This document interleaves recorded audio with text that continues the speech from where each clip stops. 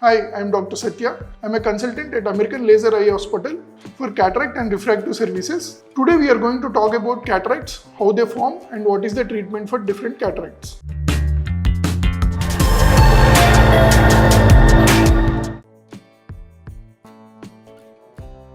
Cataracts generally form in early 50s to late 50s. In our younger age, everyone has crystalline lens which is transparent. As the age progresses, this transparency of this lens loses and it becomes opaque in nature. As the several stages of cataract pass by, this transparency becomes opaque and then in medical terms we call it as mature cataract. What are the different types of cataract? The most common type of cataract is called as senile cataract, which is age-related cataract, and cataracts can be congenital also, which is developed at birth, and there are other ocular conditions which can cause to cataract also, such as glaucoma, and cataract can be formed due to intake of certain drugs and medications such as steroids also. So how do we treat cataract? Cataract, there is only one treatment for cataract, which is surgical procedure.